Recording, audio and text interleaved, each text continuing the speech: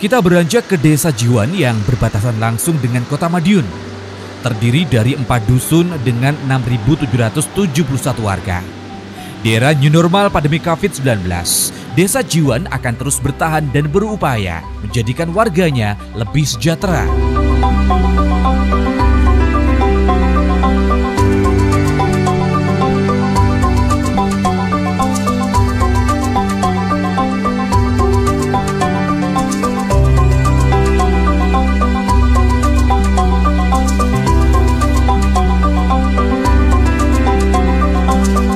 Secara geografis, Desa Jiwan terletak di dataran rendah, di perbatasan timur dengan perbatasan Kota Madiun, kemudian sebelah utara berbatasan dengan Desa Ngrobogan, sebelah barat berbatasan dengan Desa Sukolilo, selatan berbatasan dengan Desa Metese.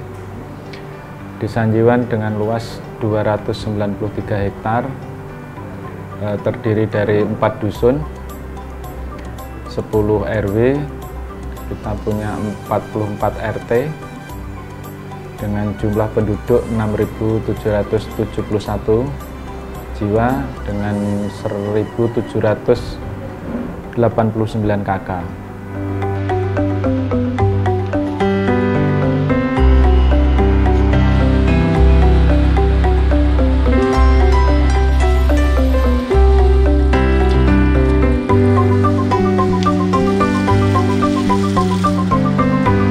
Mematuhi protokol kesehatan, Balai Desa Jiwan juga sering digunakan untuk pertemuan ibu-ibu PKK. Dengan pagu ADD di tahun 2019 sebesar 1.106.875.000 dan tahun 2020 sebesar 1.008.027.000, pemerintah desa terus berencana membangun SDM masyarakat hingga pembangunan fisik lainnya yang diprioritaskan di Pujasera dan lapangan sebagai pusat keramaian dan berkumpulnya warga masyarakat nantinya.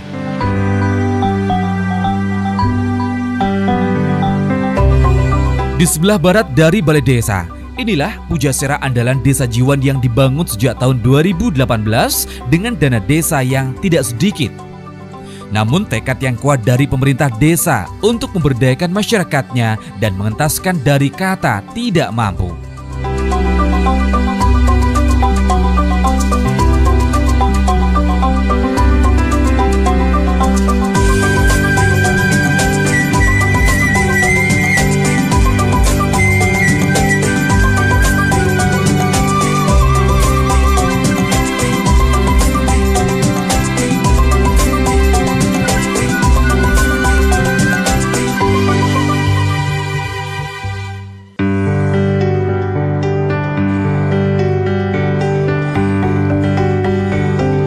Pujasera ini dibangun dengan anggaran dana desa tahun 2018 sebesar 199 juta.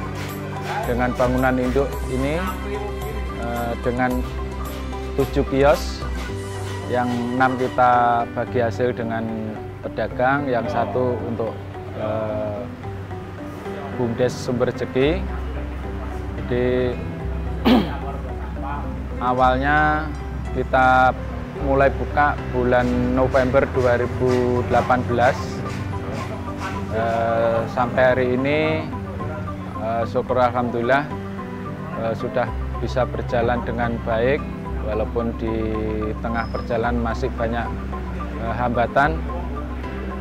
Kita melibatkan seluruhnya warga Desa Jiwan, termasuk pedagang yang mengisi tenan ini semua warga Desa Jiwan, termasuk karyawan Pujasera, ini semua warga Desa Jiwan.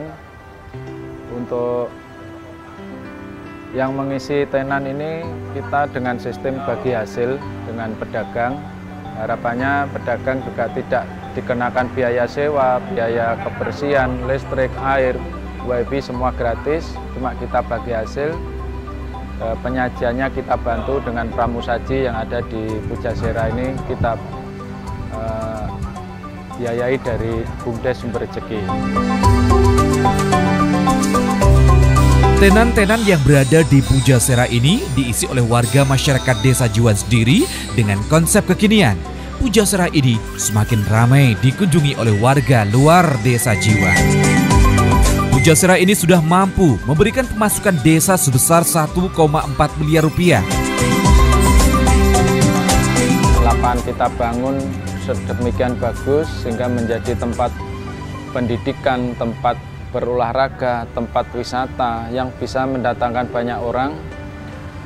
Dan di kala banyak orang, kita punya Pujasera sehingga masyarakat bisa membeli makanan, minuman di Pujasera.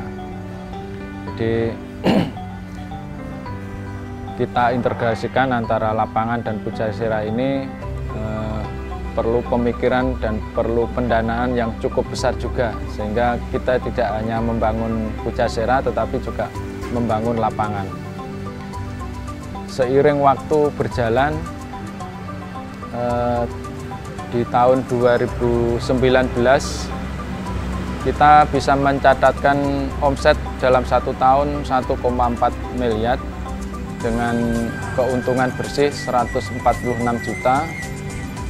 Hasilnya dari keuntungan itu kita gunakan untuk menambah fasilitas bangunan yang ada di Pujasera ini. Syukur alhamdulillah di tahun 2020 kita bisa menambah beberapa fasilitas ini dan 1 kios baru fast food.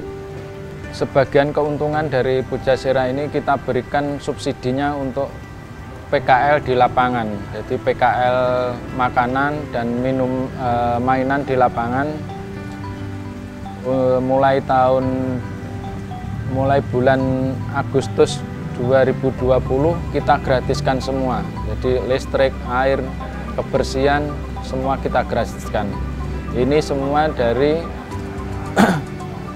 keuntungan Pujasera. Harapan kami masyarakat Desa Jiwan yang berusaha di lapangan Desa Jiwan bisa berusaha dengan tenang, tidak ada biaya apapun, sehingga bisa melakukan kegiatan dengan baik. Jadi harapan kami juga Pujasera ini betul-betul bisa dirasakan oleh seluruh masyarakat Desa Jiwan, terutama yang melakukan kegiatan usaha di lapangan Desa Jiwan, baik itu PKL makanan ataupun mainan.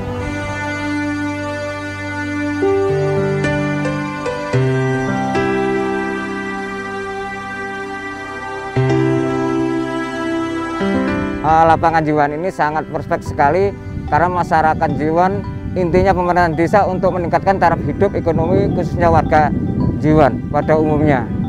Dengan adanya lapangan Jiwan ini, satu untuk meningkatkan taraf ekonomi masyarakat Jiwan, juga kaitannya dengan lapangan masih dimanfaatkan, yang jelas ya olahraganya jalan untuk mencari peningkatan ekonomi masyarakat Jiwan juga berjalan, Pak. Dan harapan kedepannya nanti apabila ada pengembangan lagi, masyarakat kita tentunya akan masuk berbondong-bondong mengikuti jejak-jejak yang sudah masuk di lapangan Jiwan.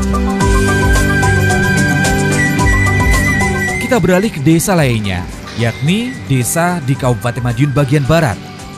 Desa tersebut adalah Desa Pule, Kecamatan Sawahan. Desa yang semakin dikenal karena masuk dalam nominasi pada Ajang Anugerah Pesona Indonesia ke-5 tahun 2020 untuk kategori Destinasi Wisata Baru Terpopuler. Kampung Ceria Pule merupakan objek wisata yang dikelola oleh pemerintah desa, memanfaatkan dana desa, dan di tahun 2019 sebesar 679.392.000 dan di tahun 2020 sebesar 618.539.000 disalurkan oleh pemerintah untuk Desa Pule. Dana desa kami dan ADD kami itu kategori terkecil se-Kabupaten Madiun. Untuk ADD kami di angka 607 juta dan untuk DD kami hanya kisaran 725 juta sekian. Jadi kalau dibandingkan dengan wilayah lain, desa kami cukup kecil anggarannya. Tapi alhamdulillah DD kami ada beberapa hal yang kami lakukan dengan menggunakan dana DD. Antaranya untuk dana pendidikan kurang lebih 41 juta, ada dana kesehatan kurang lebih 32 juta, dana pendidikan itu untuk penyelenggaraan TK PAUD dan operasionalnya, kesehatan itu untuk posyandu, ada posyandu balita, posyandu lansia, dan beberapa untuk pengadaan kesehatan yang lainnya. Ada infrastruktur kami meliputi tahun 2019 ada jalan, ada pembangunan irigasi, ada pembangunan drainase. Tapi memang titik berat kami di infrastruktur untuk kepariwisataan. Jadi alhamdulillah kami di tahun 2018 kami mulai mengembangkan inovasi baru di bidang pariwisata yang pengelolaannya kita kelola oleh BUMDes. Di tahun pertama di 2019 kolam Tirta Ceria, kolam renang untuk anak di unit pariwisata BUMDes kami alhamdulillah sudah mulai beroperasi, mulai berjalan, dan di tahun pertama kali respon dari masyarakat sekitar kami alhamdulillah luar biasa. Di tahun berikutnya kami mulai mengembangkan taman. Ada Taman Pule. Alhamdulillah dengan pengembangan Taman Pule ini banyak warga masyarakat kami terberdayakan dan tertampung, ikut bekerja, ikut berjualan di wilayah area wisata taman kami. Yang lainnya dari anggaran dana desa kami gunakan untuk kebutuhan yang lainnya, misalnya untuk kebutuhan RTLH, untuk kebutuhan jambanisasi sesuai arahan Bapak Bupati, dan untuk kegiatan pemberdayaan PKK. Dan di kegiatan pemberdayaan PKK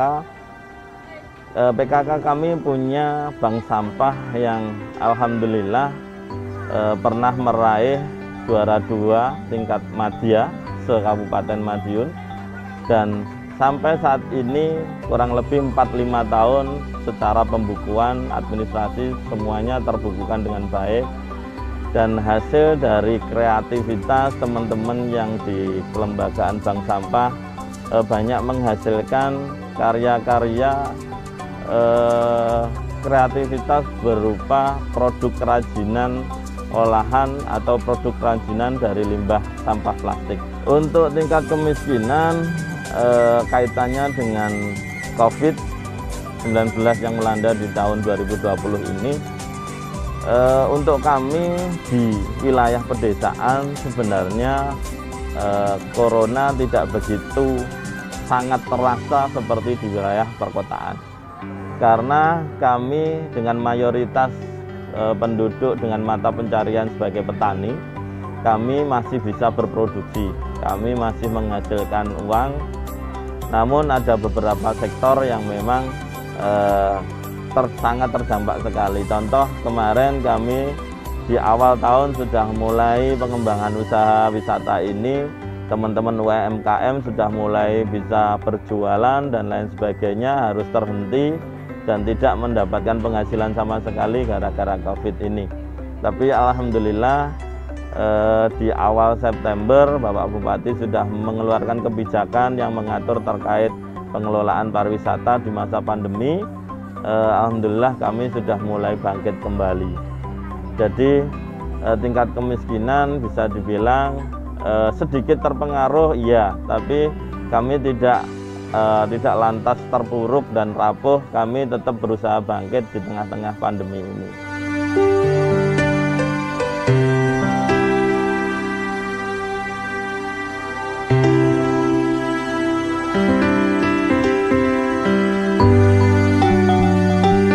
Ya, dulu saya kerja di kantin SD kan pendapatannya satu hari hanya sekitar 200-150, Mas. Sekarang kan di sini perbanyakan banyak. Kalau Janu paling sedikit 700-600. Sudah biasa dengan wisata ini. Iya. Jadi jualannya tiap hari toh? Enggak. Jualannya itu kan rollingan toh, Mas.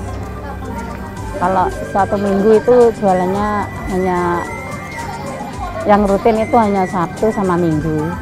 Kalau rollingan itu kan nanti kan gantian. Bagi sama warga ini ya? Iya. Iya. Terus dampaknya ekonomi buat keluarga gimana? Sekarang sangat alhamdulillah lancar.